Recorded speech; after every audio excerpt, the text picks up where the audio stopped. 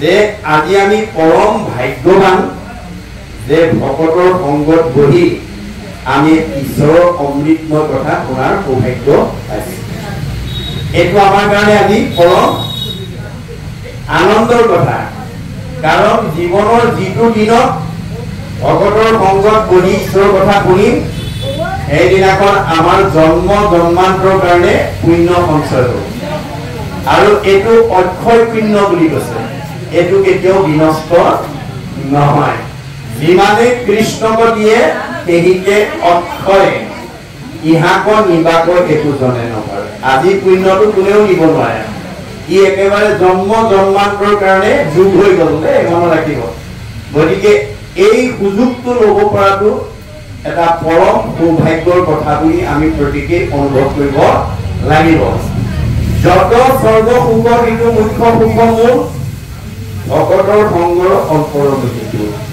সকলো সুখৰ ভিতৰত স্বৰ্গ সুখটো শ্ৰেষ্ঠ, তাতোতকৈ আকৌ মুখ্য সুখ শ্ৰেষ্ঠ। মুখ্য সুখতকৈও ভকতৰ সংগ পোৱাটো আৰু বেছি মানে সুখৰ কথা, মনত ৰাখিব কথাটো। আকাশে সঞ্চৰে ৰবি ৰথ যেন বায়ু, স্বৰ্গৰ সূৰ্যৰ লগতে হৰে জগতৰ আয়ু।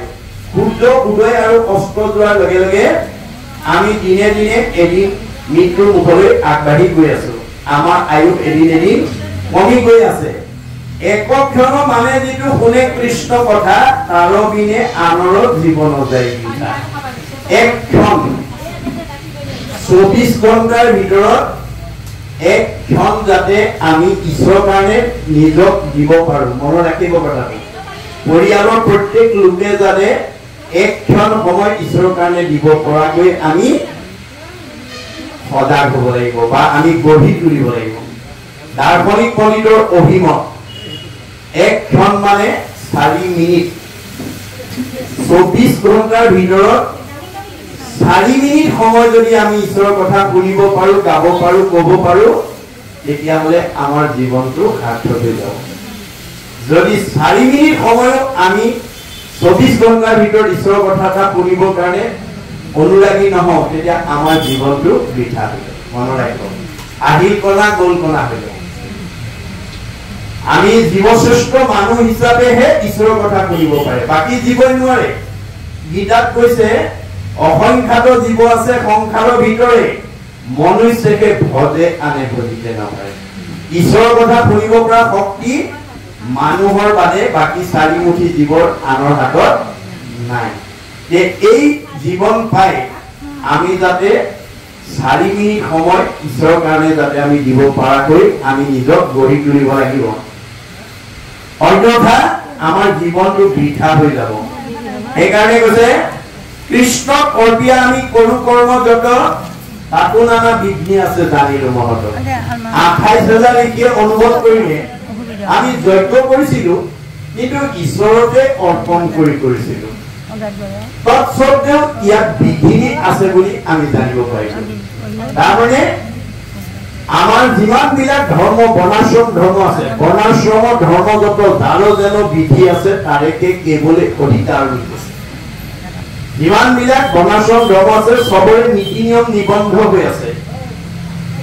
স্থান, কাল, পাত্ৰ, নিমিত্ৰ, দ্ৰব্য, মন্ত্ৰ, এইবিলাক নিয়ম বান্ধি থৈছে। আজি তাৰিখতো আজি কলি যুগৰ মানুহ পূজা কৰিব পাৰিব, কিন্তু এই নিয়ম কেইটা শুদ্ধ কৰিব লাগিব। স্থান শুদ্ধ হ'ব লাগিব, পাত্ৰ শুদ্ধ হ'ব লাগিব, দ্ৰব্য শুদ্ধ হ'ব লাগিব, মন্ত্ৰ শুদ্ধ হ'ব লাগিব, আৰু সময়মতে কৰিব পাৰিব লাগিব। ইয়াৰ যদি অকমানো ব্যতিক্ৰম হয় তেতিয়াহ'লে আপোনাৰ পূজা বা যজ্ঞৰ ফল বিফল হৈ যায়। আপোনাৰ সত্য যুগৰ ঋষি সমস্তইও শুদ্ধভাৱে আপোনাৰ মন্ত্ৰ স্নান কৰিব পৰা নাছিল। আপুনি মইনো কোন? সেইকাৰণে মহাপুৰুষে কৈছে কলিৰ লোকৰ মতি মলিন অপাৰ, আনক একো ধৰ্মতো নাহিতে অধিকাৰ। আন ধৰ্ম কৰা আমাৰ অধিকাৰ নাই, কিয়? আন ধৰ্ম বিলাকত নিয়ম বান্ধি থোৱা আছে। যিটো কথা এতিয়া 28,000 এতিয়া স্বীকাৰ কৰিলে যে আমি কৃষ্ণক অৰ্পণ কৰিয়ে যজ্ঞ কৰিছিলো, কৃষ্ণক অৰ্পে আমি কৰো কৰ্ম যত, তাতো নানা বিধি আছে জানিলো মনত ইয়াতো বহুত বিধি আছে বুলি আমি জানিব পাৰিলো কাৰণ আমাৰ যজ্ঞটো যুগ সাপেক্ষ নহল বলিত যজ্ঞ বান্ধি দিয়া নাই ভগৱন্তৰ বা বেদে বান্ধি দিয়া নাই যুগ ধৰ্ম আছে সত্য যুগে ধ্যান ত্ৰেতা যুগে যজ্ঞ দাপৰ যুগত পূজা বলিত শৰীৰ কীৰ্তন বিনাই আওৰ নাহিকে যুজা কলিকালত কেৱল কীৰ্তন ভগৱন্তৰ গুণ নামহে ল'ব লাগিব ইয়াত দুটা নিয়ম নাই আনকেইটা যুগত দুটা নিয়ম আছিলে সত্য যুগে যোগী হবে কৰিয়া সমাধি যেনমতে পাবে ফল কৃষ্ণক আৰাধি তাহাতো কৃষ্ণৰ দশ নাম যদি লয় সমাধিৰ ফল যোগী তেৱেহে পাব সত্য যুগত ধ্যান দিছিলে সঁচা কিন্তু ধ্যানৰ অন্তত আকৌ ভগৱানৰ 10টা নাম ললেহে ধ্যানটো পূৰ্ণাংগ হৈছিল তাত দুটা নিয়ম আছিল ধ্যান 8 নাম 5 ত্ৰেতা যুগতো নিয়মে সংযমে চিত্ত সাৱধান কৰি ত্ৰেতা যুগে নানা ভাৱে যজ্ঞ যদি হৰি মাধৱৰ অষ্টভূতা নামক উচ্চৰে তেৱেকে যজ্ঞৰ ফল পাবে জানা নৰে ত্ৰেতা যুগত বহুত নিয়ম নীতি মানি যজ্ঞ কৰিছিল কিন্তু যজ্ঞৰ অন্তত আকৌ ভগৱন্তৰ 8টা নাম ললেহে যজ্ঞটো পূৰ্ণাংগ হৈছিল তাতো দুটা নিয়ম আছে যজ্ঞ 8 নাম 5 দাপৰ যুগতো দুটা নিয়ম আছে নানা তন্ত্ৰে মন্ত্ৰে পূজা কৰে দাপৰত হৰিৰ দ্বাদশ নাম জপয় শতক নাম কীৰ্তন একে সাংগ কৰয় পূজা তেৱেকে পূজাৰ ফল পাবে জানা তাক এনে নানান তন্ত্ৰ মন্ত্ৰ পূজা কৰাৰ পিছত আকৌ ভগৱন্তৰ 12টা নাম ললেহে পূজাটো পূৰ্ণাংগ হৈছিল গতিকে এই তিনিটা যুগত দুটা নিয়ম আছে কিন্তু কলি যুগৰ মানুহক ভগৱন্তৰ মহাপুৰুষ ৰূপে আদি মাধৱদেৱে প্ৰশংসা কৰিছে কি বুলি অধন্য ধন্য কলিৰ লোক পৰম ভাগ সৰ্বধৰ্ম ঠেলি হৰি নাম ভৈলা আগ কলি যুগৰ মানুহবিলাক ধন্যবাদৰ পাত্ৰ ইয়াত সকলো ধৰ্ম ঠেলি নাম ধৰ্মক প্ৰাধান্য আগস্থান দিলে কিয় আন ধৰ্মবিলাক কৃষ্ণ বৈকুণ্ঠ প্ৰয়াণ হোৱাৰ লগে লগে কৃষ্ণৰ লগত গুচি গ'ল বুলি কৈছে আনৰ ধৰ্ম কৃষ্ণৰ লগতে গুচি গ'লা এক স্থান হুয়া হৰি নাম মাত্ৰ ৰৈলা কলি যুগৰ মানুহ উদ্ধাৰৰ কাৰণে নামহে থৈ গ'ল বাকীবিলাক ধৰ্ম তেওঁৰ লগতে লৈ গ'ল সেইকাৰণে কৈছে নামে তপ নামে জপ নামে যোগ ধ্যান নামে দান নামে পুণ্য কোটি তীৰ্থ স্নান নামে ধন জন বন্ধু নামে পিতা মাতা নামে নিজ সুহৃদ নামেতে গতি দাতা ইহকৰ লোকে নাম বিনে গতি নাই চাৰিও বেদৰ ইতে মুখ্য অভিপ্ৰায় চাৰি বেদে কেৱল নামকে কৈছে ব্ৰহ্মাই 4খন বেদ আনি 3বাৰ প্ৰমাণ কৰিছে চাৰিও বেদক ব্ৰহ্মাই আনি বিচাৰিলা 3 প্ৰমাণী এহি মানে মাত্ৰ কৰিলা হাৰ হৰি কীৰ্তনেকে কৰে সংসাৰ গতিকে কলিত ভগৱন্তৰ নাম বিনে আনে কৰাব নোৱাৰে 4 বেদৰ ৰামায়ণ পুৰাণ ভাৰত হৰিকেহে কয় মাত্ৰ সমস্ত শাস্ত্ৰত 4 বেদ ৰামায়ণ পুৰাণ ভাৰতে কলিৰ মানুহক উদ্ধাৰৰ কাৰণে একমাত্ৰ ঈশ্বৰৰ নামে আছে বুলি কৈছে শ্ৰুতি স্মৃতি পুৰাণেষু ৰাম নাম ইদম স্মৃতম শ্ৰুতি স্মৃতি পুৰাণেও কৈছে ৰাম নামৰ বিনা গত্যন্তৰ নাই জপত সর্ব বেদাংশ সর্ব মন্ত্রাংশ পার্বতী তস্ম ভৌতি গুণম পুণ্যম রাম নাম কেবলতে তপ জপ যাগ যজ্ঞ হোম ব্রত কৰাতকৈ এবাৰ ভগৱন্তৰ নাম ললে আমি শতকোটি তীৰ্থ আৰু শতকোটি স্নান কৰাৰ পুণ্য অৰ্জন কৰিব পাৰোঁ ইমান সহজ উপায় দিছে গতিকে এই উপায়টো যাতে আমি সমস্তৰে মাজত বিলাই দিব পাৰোঁ তাৰ কাৰণে আপোনালোকে প্ৰত্যেকে অকণমানো যদি ত্যাগ কৰে ভগৱানৰ কাৰণে যদি এটা খোজ আগবঢ়াব পাৰে প্ৰতিটো খোজৰ মূল্য হ'ব পদে পদে অশ্বমেধ ফলং প্ৰাপ্নতি নিত্যস্য আপোনালোকে প্ৰত্যেক দিনে ৰাতিপুৱা শুইৰ পৰা গধূলা পোৱালৈকে গুৰুজনাৰ ধৰ্ম সাহিত্য সংস্কৃতি গীত নৃত্য অভিনয় ওপৰত যাতে যদি আপোনালোকৰ দখল আছে বা আপোনালোকক প্ৰতিভা দিছে আপুনি বিলাই দিবলৈ যত্ন কৰিব তেতিয়াহ'লে আপোনাৰ প্ৰতিটো খোজৰ মূল্য হ'ব এটা এটা অশ্ৰমেধ যজ্ঞ সমান পুণ্য মনত ৰাখিব কথাটো এতেকে পিয়ায়ু কৃষ্ণ চৰিত্ৰ অমৃত শ্ৰৱণ মাত্ৰকে যেন সংকীৰ্ত গীত ভগৱন্তৰ কথা শুনিলেই পুণ্য হয় আজি আপোনালোকৰ প্ৰত্যেকৰে পুণ্য হৈ গ'ল আৰু ইয়ালৈ অহাৰ লগে লগে পুণ্য হৈ যাব উপজয় পুণ্য পাপ হুৱে দূৰ মিৰা মহামুখ্য সুখ প্ৰচুৰ আপুনি সুখ বিচাৰিলেই নাপাব সুখ পাবলগীয়া কামবোৰ কৰিব ভগৱন্তই যেনেকৈ কৈছে তোমালোকে মোক বিচাৰিব নালাগে মইহে ভকতৰ ঘৰ বিচাৰি ফুৰো আনন্দই কৈছে তোমালোকে মোক বিচাৰিব নালাগে মইহে আনন্দহে মানে আনন্দ ক'ত যাব লাগে ঘৰ বিচাৰি ফুৰো অৰ্থাৎ যিখন ঘৰত ভগৱন্তৰ গুণ নাম গাই বা কয় বা শুনে মূল শুনিৰ মল কথা কহন্ত শুনন্ত মুদবিনে চিত্ৰ আন দেৱত নেদন্ত পৰম আনন্দ আহি মনত মিলয় দেৱতাক আৰু তিনি তাপে নিশ্চয় নোচোৱাই গতিকে আপুনি সদায় ঈশ্বৰৰ কথা ক'বলৈ গাবলৈ শুনিবলৈ যত্ন কৰক আপোনাৰ ঘৰলৈ আনন্দ নিজে আহিব আপুনি আনন্দ বিচাৰিব নালাগে আনন্দহে আপোনাৰ ঘৰ বিচাৰি ফুৰিব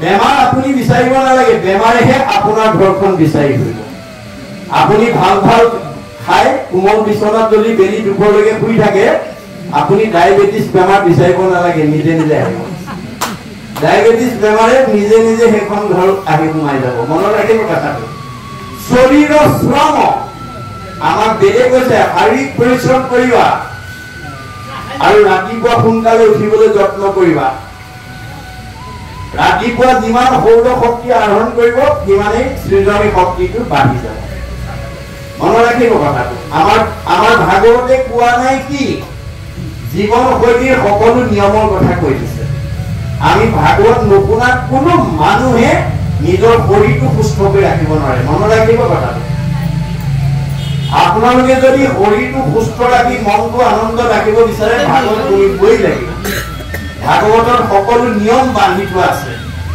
ভাগৱত নুশুনা মানুহে মনটোক কেতিয়াও সংযম কৰিব নোৱাৰে মনক যি সংযম কৰিব নোৱাৰে সেই শৰীৰ সুস্থ কৰি ৰাখিব নোৱাৰে এয়া ভাগৱতৰ অভিমত মনে পাপ কৰে যাই লাগয় জীৱ কি কাৰণে জীৱে দুখ ভুন্দে সংসাৰত আজি আমি বহুতে মনক সংযম কৰিব নোৱাৰাৰ কাৰণে মনৰ কবলত পৰি আমাৰ উঠি অহা বহুত প্ৰজন্মই নাখাবলগীয়া খাইছে নকৰিবলগীয়া কাম কৰিছে নাযাবলগীয়া ঠাইলৈ গৈছে যাৰ কাৰণে ভগৱন্তই দিয়া 100 বছৰ ভোগ কৰিবলৈ নোপোৱাকে আমাৰ মাজৰ পৰা বহুতে বিদায় লৈছে ভগৱন্তই কিন্তু আমাৰ সবকে 100 বছৰ দি পঠিয়াইছিলে মনুষ্যৰ আয়ুষত বৰিষ সংখ্যা অৰ্ধেক বিফলে যায় জানিবা নিদ্ৰা বিংশতি বৰিষ দায়ী উমলন্তে নেয়দশ বৰিষ ধনক উপাৰ্জনতে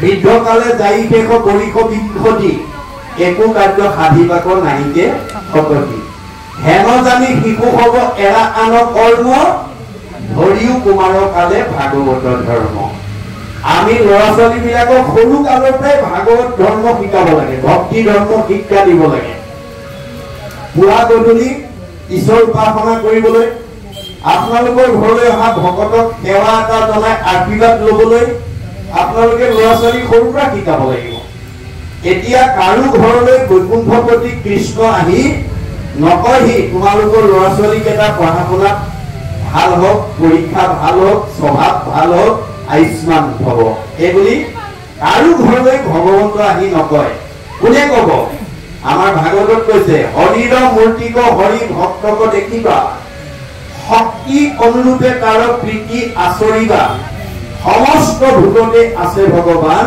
কেহি ভাবি সবাকো কৰিবা বহুমান এতিয়া কলি যুগত ভগৱন্তৰ প্ৰতি কাক দেখিব গৈছে ভকতক হৰিৰ মূৰ্তিক হৰি ভক্তক দেখিবা শক্তি অনুৰূপে তাৰ প্ৰীতি আচৰিবা আজি ডেকা বাপৰ সামৰ্থ্য আছে বহুত ভকত মাতিছে কাৰোবাৰ সামৰ্থ্য নাই 10 জনক মাতক বছৰত এবাৰ হলেও 10 জন ভকত মাতি হলেও আপুনি ঈশ্বৰৰ গুণানুকীৰ্তন কৰিবই লাগিব যাহাৰ গৃহত মহি উপগত একান্ত হৰি ভকত তাৰ গৃহ ছয় সৰ্পৰ আলয় মহন্তৰ ইটো মত এটো 24 অৱতাৰৰ অন্যতম অৱতাৰ পৃথুৱে কৈ গৈছে আমাৰ গৃহস্থী ধৰ্ম পাৰিলেতো সদায় আমাৰ ভকতৰ পদধূলি কৰিব পাৰে নোৱাৰিলে সপ্তাহত নোৱাৰিলে পষেকত নোৱাৰিলে মাহেকত নোৱাৰিলে 3 মাহত নোৱাৰিলে 6 মাহত নোৱাৰিলে বছৰেকত এবাৰ হলেও এই ধৰণৰ ভকতৰ পদধূলি ঘৰত পেলাবই লাগিব নহলে আমাৰ ঘৰখন আপৰ গাত হৈ থাকিব প্ৰদূষণ যুক্ত হৈ থাকিব প্ৰদূষণ মুক্ত হ'ব নোৱাৰে গতিকে আমাৰ 5টা পাপে সদায় আমাৰ গৃহত প্ৰভাৱ পেলাই থাকে বুলি কৈছে আমাৰ প্ৰত্যেকখন ঘৰতে 5টা পাপ ৰাতিপুৱা শুই উঠাৰ পৰা গধূলি খোৱালৈকে কৰা কৰ্মবিলাকৰ মাজত 5টা পাপ সিদ্ধ হয় বুলি গীতা ভাগৱতে কৈছে জলকুম্ভ চুলিয়া বাঢ়নি ঢেকি পতা গৃহস্থৰ গৃহে কোনা এই পঞ্চভূতা এই 5টা ভাৱ পাপ প্ৰত্যেক ঘৰতে সংঘ অনাসংঘ বামুণীয়া কীৰ্তনীয়া বুলি কথা নাই সকলো মানুহৰ ঘৰতে 5টা পাপ অবাঞ্ছিতে হৈ থাকে জলকুম্ভ মানে কলহত বা কোনো পাত্ৰত পানী আনিলে পাপ লাগে চকুৰে মনিব নোৱাৰা জীৱাণু আহে তাক গৰম কৰি মাৰি পেলোৱা হয় গতিকে ব্ৰহ্ম হত্যা পাপ লাগে চুৰিয়া জুহালত গেছত ৰন্ধনশালাত অন্ন তৈয়াৰ কৰিলে তাত ব্ৰহ্ম হত্যা হয় তাতো পাপ লাগে বাঢ়নি বা ফুটা ঝাৰু লৈ ঘৰ সৰা মোচা কৰোঁতে চকুৰে মনিব নোৱাৰা জীৱাণু মাৰি পেলায় গতিকে তাতো ব্ৰহ্ম হত্যা হয় তাতো পাপ লাগে ঢেকি বা মিক্সাৰত জলপান তৈয়াৰ কৰোঁতে তাতো ব্ৰহ্ম হত্যা হয় তাতো পাপ লাগে পথাত মছলা পিছা সৰিয়হ পিছা আদা পিছা নহৰু পিছা আদি কৰি আমি অন্ন তৈয়াৰ কৰোঁতে তাতো ব্ৰহ্ম হত্যা হয় তাতো পাপ লাগে তাৰ দুখে গৃহবাসী স্বৰ্গক নাযায় সেই 5টা যি পাপ অবাঞ্ছিতে হৈ থাকে তাৰ কাৰণে সেইখন ঘৰত বসবাস কৰি থকা জীৱকেইটা বৈকুণ্ঠ দূৰৰ কথা স্বৰ্গলৈকে যাব নোৱাৰে কৃষ্ণ অৰ্থে কৰি কোনো মুকুতি পায় আমি যদি কৃষ্ণক অৰ্পণ কৰি কৰ্মবিলাক কৰিব পাৰো তেতিয়াহে আমি মুকুতি পাম এই ক্ষেত্ৰত আইসকলৰ ভূমিকা উল্লেখযোগ্য সেইকাৰণে আইসকলৰ বিবাহ পাশত আবদ্ধ হোৱাৰ দিনাখনেই 7টা প্ৰতিজ্ঞা কৰাইছিলে আমাৰ সংঘৰ মতে হওক অনাসংঘৰ মতে হওক বেদৰ মতে হওক যি মতেই বিবাহ নাপাতক বেদত 7টা প্ৰতিজ্ঞা কৰোৱাৰ ব্যৱস্থা ৰাখিছে বিবাহিত কন্যাগৰাকী 7টা প্ৰতিজ্ঞাবদ্ধ কৰাই বিয়া দিনাখন তাৰ প্ৰথম প্ৰতিজ্ঞাটো তাৰ ওপৰত কৰিছিলে অন্ন লাভৰ কাৰণে তোমাক প্ৰথম ফুল আগবঢ়োৱা তেতিয়া কন্যাগৰাকীয়ে কৈছিল আজিৰ পৰা ধন ধান অন্ন ব্যঞ্জন আদি মোৰ অধীন হ'ব সেই অৰ্থে মই প্ৰথম ফুল আগবঢ়াইছো বুলি মোৰ ভৰিখন উত্তৰ দিশলৈ আগবঢ়াইছিল এইটো আমাক কি বুজাইছে যে বিবাহিত কন্যাগৰাকীয়ে পৰৱৰ্তী সময়ত স্বামীকে প্ৰমুখ্য কৰি বহুৰ শাহুৰৰ পৰা ধৰি আলহী অতিথি ভকত বৈষ্ণৱক অন্ন আদি খাদ্য বস্তু প্ৰস্তুত কৰি খুৱাব আইগৰাকীয়ে খোৱা প্ৰতিসাজ অন্নৰ পৰা আমাৰ এইখন ঘৰত থকা সদস্যবিলাকৰ শৰীৰত 7 ধাতু সৃষ্টি হ'ব অন্নৰ পৰা প্ৰথমতে ৰসৰ পৰা তেজৰ পৰা মাংসৰ পৰা মেদৰ পৰা হাড়ৰ পৰা মজ্জাৰ পৰা শুক্ৰৰ পৰা সতি সন্তান জন্ম অন্ন শুদ্ধ হলেহে ব্ৰহ্ম শুদ্ধ হ'ব আৰু ব্ৰহ্ম শুদ্ধ হলেহে সতি সন্তান শুদ্ধ হ'ব এতিয়া সেইকাৰণে প্ৰথম প্ৰতিজ্ঞাটো অন্নৰ ওপৰত অগ্ৰাধিকাৰ দিয়া হৈছে মনত ৰাখিব কথাটো এতিয়া প্ৰশ্ন হ'ল আমাৰ আইসকলে কেনেকৈ অন্ন তৈয়াৰ কৰি আমাৰ পৰিয়ালক খুৱাব লাগিব স্বামীকে প্ৰমুখ্য কৰি পৰিয়ালবৰ্গক খুৱাব লাগিব। এই সম্পৰ্কে আমাৰ গীতা ভাগৱতত উল্লেখ আছে।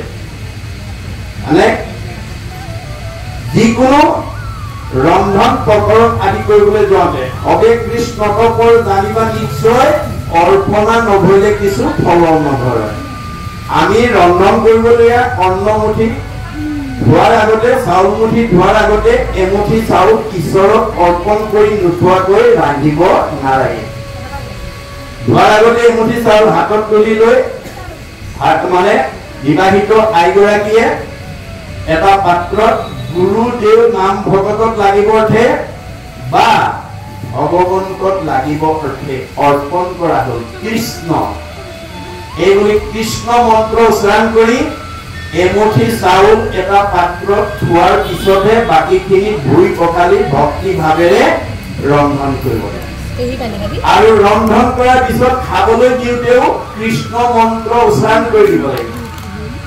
কাৰণ নামৰ মাহাত্ম্য কি? হৰিনাম হুতাসন পাপ সুখানবন অনেকতে দহি কৰে চন। আইগৰাকীয়ে কৃষ্ণ মন্ত্ৰ উচ্চাৰণ কৰি ৰন্ধন আৰু খাবলৈ দিলে সকলো পাপ নাশ হৈ যায়। আপুনি যিমান ধুনীয়াকৈ চাহ বা জা জলপান প্ৰস্তুত কৰি নোখোৱাও কিংবা কি প্ৰদূষণযুক্ত হৈ থাকে, 5টা পাপ তাত লাগি থাকে। সেই 5টা পাপৰ পৰা আপুনি খাবলৈ দিয়া অন্নটো মুক্ত কৰি খুৱাব লাগিব। কেনেকৈ? কৃষ্ণ খাওক বুলি ক'ব লাগে। যিকোনো বস্তু দিওঁতে কৃষ্ণ মন্ত্ৰ উচ্চাৰণ কৰি খাবলৈ দিব লাগে। গতিকে কৃষ্ণ মন্ত্ৰ উচ্চাৰণ নকৰাকৈ যদি খাওক বুলি দি থৈ যায়, সেইটো দ্ৰব্য কি হ'ব? আমাৰ শাস্ত্ৰত কৈছে কৃষ্ণ মন্ত্ৰ হীন দ্ৰব্য মতিদাৰ দুষ্টা অন্ন জল সুৰাতাৰ কুকুৰৰ বিস্তা। কৃষ্ণ বুলি নোকোৱাকৈ খাবলৈ দিয়া বস্তুবিলাক যিমান সুন্দৰ নহওক কিংবা সি 5টা পাপত প্ৰদূষণ হৈ থাকে। সেই 5টা পাপ মুক্ত কৰিব পৰা অধিকাৰ আইগৰাকীৰ হাতত আছে। এনেকৈ কৃষ্ণ বুলি কৈ দিব লাগে। কৃষ্ণ বুলি কোৱাৰ লগে লগে পাপখিনিৰ পৰা মুক্ত হৈ যায়। এই দৰ্শনবিলাক নাজানিলে আমাৰ ঘৰখন কেতিয়াও জীৱবিলাক উদ্ধাৰ হ'ব নোৱাৰিব। মনত ৰাখিব লাগে। সেইকাৰণে ভাগৱত শুনিবলৈ একো ভাগৱতত সকলো নিয়ম বান্ধি থোৱা আছে। 8 প্ৰকাৰ সদাচাৰ কথা উল্লেখ আছে। ভাগৱতত 8 প্ৰকাৰ সদাচাৰৰ নিয়ম বান্ধি থোৱা আছে। কি কি সদাচাৰ? কায়ৰ সদাচাৰ, বাক্যৰ সদাচাৰ, মনৰ সদাচাৰ, ভ্ৰমণ সদাচাৰ, শৌচ সদাচাৰ, অন্ন সদাচাৰ, স্নান সদাচাৰ, শয়ন সদাচাৰ। এই 8 প্ৰকাৰ সদাচাৰ যি মানুহে মানি চলিব সি আয়ুস বঢ়াব পাৰিব, শৰীৰটো সুস্থকে ৰাখিব পাৰিব, মনটো আনন্দত থাকিব। আৰু এই 8 প্ৰকাৰ সদাচাৰ যি নামানিব, অনাচাৰ, বেবিচাৰ, ভ্ৰষ্টাচাৰ কৰিব, তাৰ মুখত হাঁহি নাইকিয়া হ'ব। তাৰ শৰীৰ সোনকালে ফুতুৰা ফুতুৰ কৰিব, চুলি সোনকালে পকিব, দাঁত সোনকালে পৰিব, আয়ুস কমি যাব। মনত ৰাখিব কথা। আপোনালোকে আয়ুস বঢ়াবও পাৰে, আয়ুস কমাবও পাৰে। ভাগৱত শুনি যদি ভাগৱতৰ নিয়ম মানি চলে আয়ুস বাঢ়িব। আৰু ভাগৱতৰ কথা নুশুনি নিয়ম নমনা মানুহ যিমান বিদ্যাৱন্ত, ধনৱন্ত, শ্ৰীমন্ত নহওক কিংবা তেওঁ 100 বছৰ ভোগ কৰিবলৈ নাপাব। মনত ৰাখিব কথাটো। সেইকাৰণে আমাক য'তেই ৰাখিছে ভগৱন্তই, যিমান ধনৱন্ত বিদ্যাৱন্ত সুখত নাৰাখক কিবা, সুখে দুখে মুখে জুনু চাৰা ৰামনা। সুখ আৰু দুখ সকলো সময়তে আমি ঈশ্বৰৰ নাম ল'ব পৰাকৈ আমি নিজক প্ৰস্তুত কৰিব লাগিব। আপুনি পূৰ্ব পুণ্যৰ ফলত এই জন্মত এইখন মানে গণেশপুৰা গাঁৱত আপুনি বাস কৰি আছে। আপুনি গাঁওখনৰ ভিতৰত সকলোতকৈ ধনৱন্ত, বিদ্যাৱন্ত, শ্ৰীমন্ত, সম্পদশালী। কিন্তু এইটো আপোনাৰ পূৰ্ব পুণ্যৰ ফলশ্ৰুতিহে। মনত ৰাখিব, পূৰ্বৰ পুণ্যটোৰ কাৰণে আপুনি এইখন গাঁৱত চবতকৈ বেছি ওপৰত আছে। তাৰমানে আপুনি বেছি পুণ্য লৈ আহিছে। মধ্যম পুণ্য লৈ অহা সকল মধ্যমত থাকিব, কম পুণ্য লৈ অহা সকল কমত থাকিব।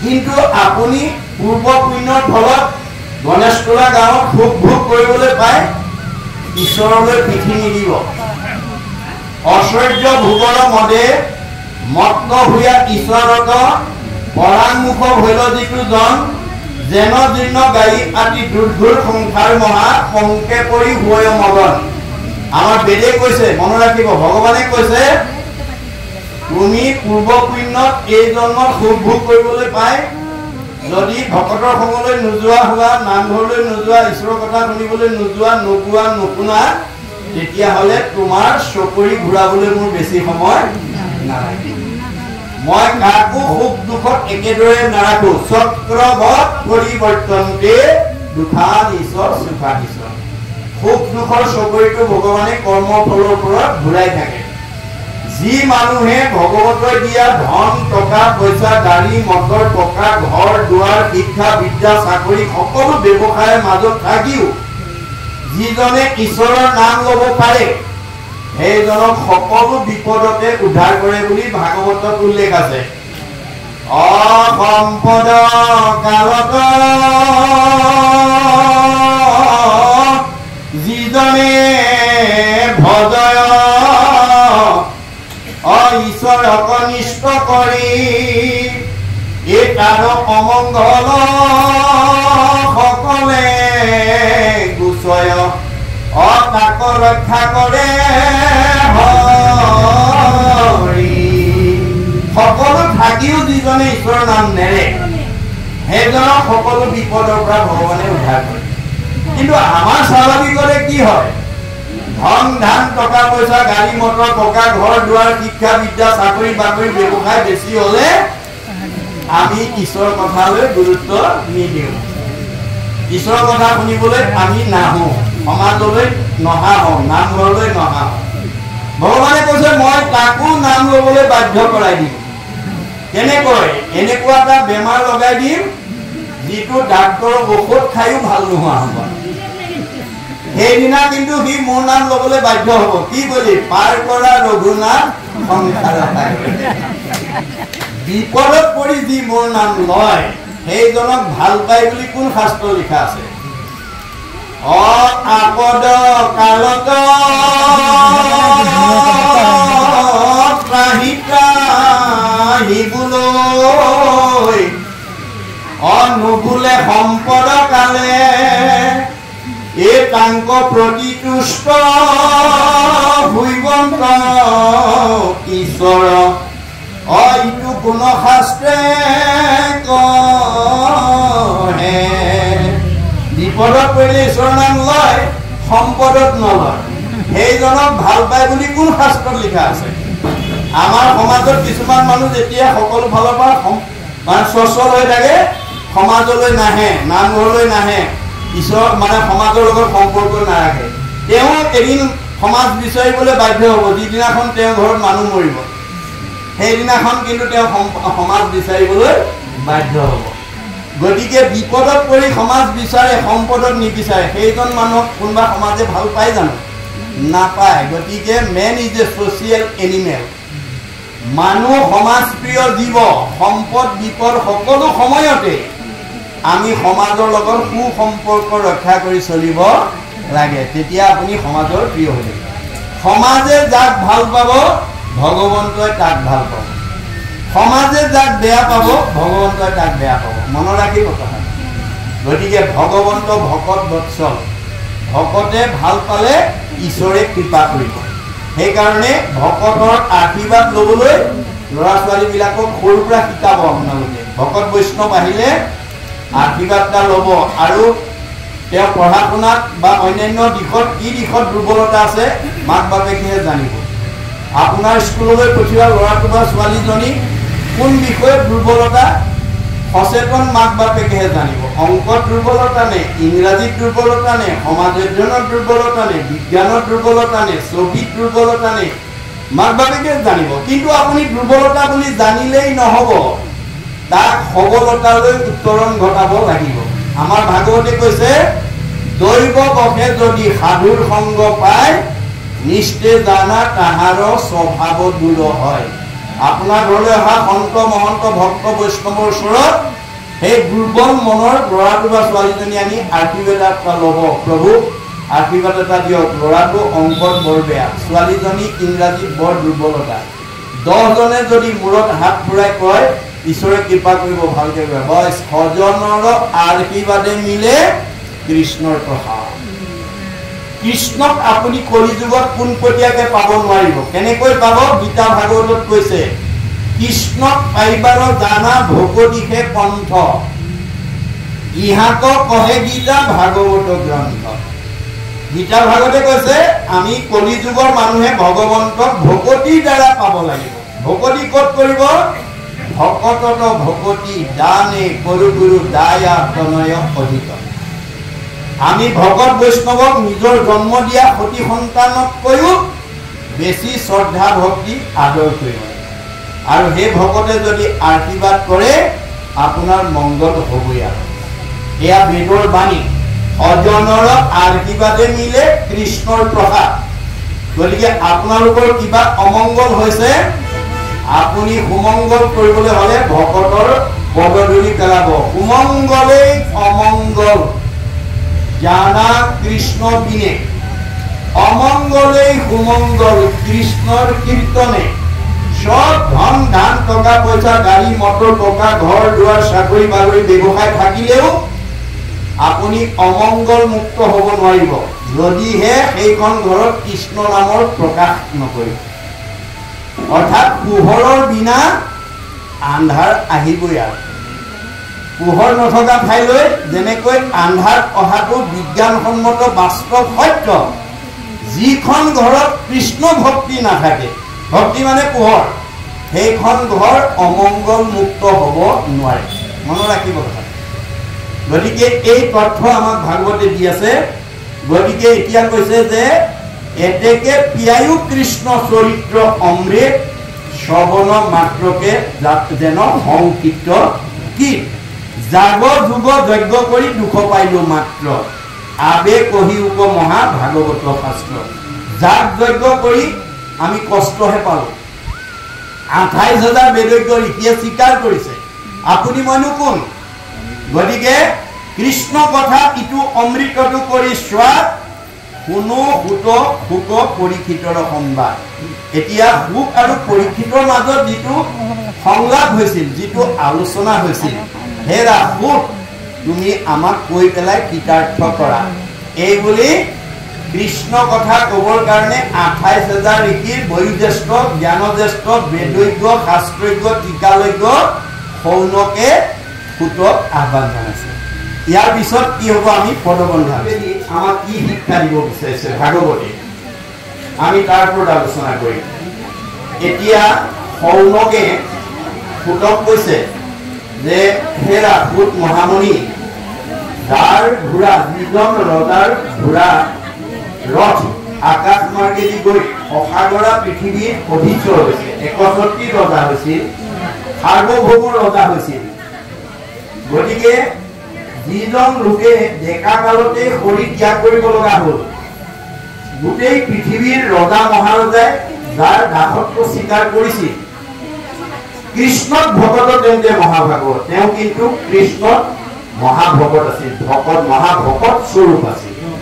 তেনে সসাগৰা পৃথিৱীৰ অধীশ্বৰ হৈও 61 সাৰ্বভৌম ৰজা হৈও তেওঁ কৃষ্ণত কিন্তু মহাভকত আছিল। এইটোহে আচল কথা দেই, যে আমাৰ পাৰ্থিৱ ধন টকা পইচাটো এইটো অনিত্য, ই পুণ্যৰ ফলে নিজে আহিব।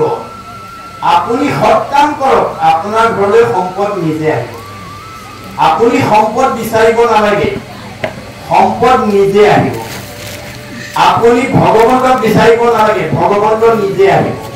আপুনি আনন্দ বিচাৰিব নালাগে, আনন্দ আপোনাৰ ঘৰলৈ নিজে আহিব। আপুনি মাত্ৰ আনন্দ অহা সৎকৰ্মবিলাক কৰিব লাগিব। কৰে শুভা শুভ কৰ্ম গুণৰ ইচ্ছাই, কৰ্ম ফলে জীৱে সুখ দুখ পায়। আমাৰ জীৱনৰ সুখ আৰু দুখবিলাক কৰ্মৰ ফলৰ লগত জড়িত হৈ আছে। সৎকৰ্ম কৰিলে সুখ আহিব, বিচাৰিব নালাগে, সুখ নিজে আহিব। আৰু অসৎ কৰ্ম কৰিলে দুখ বিচাৰিব নালাগে, নিজে আহিব।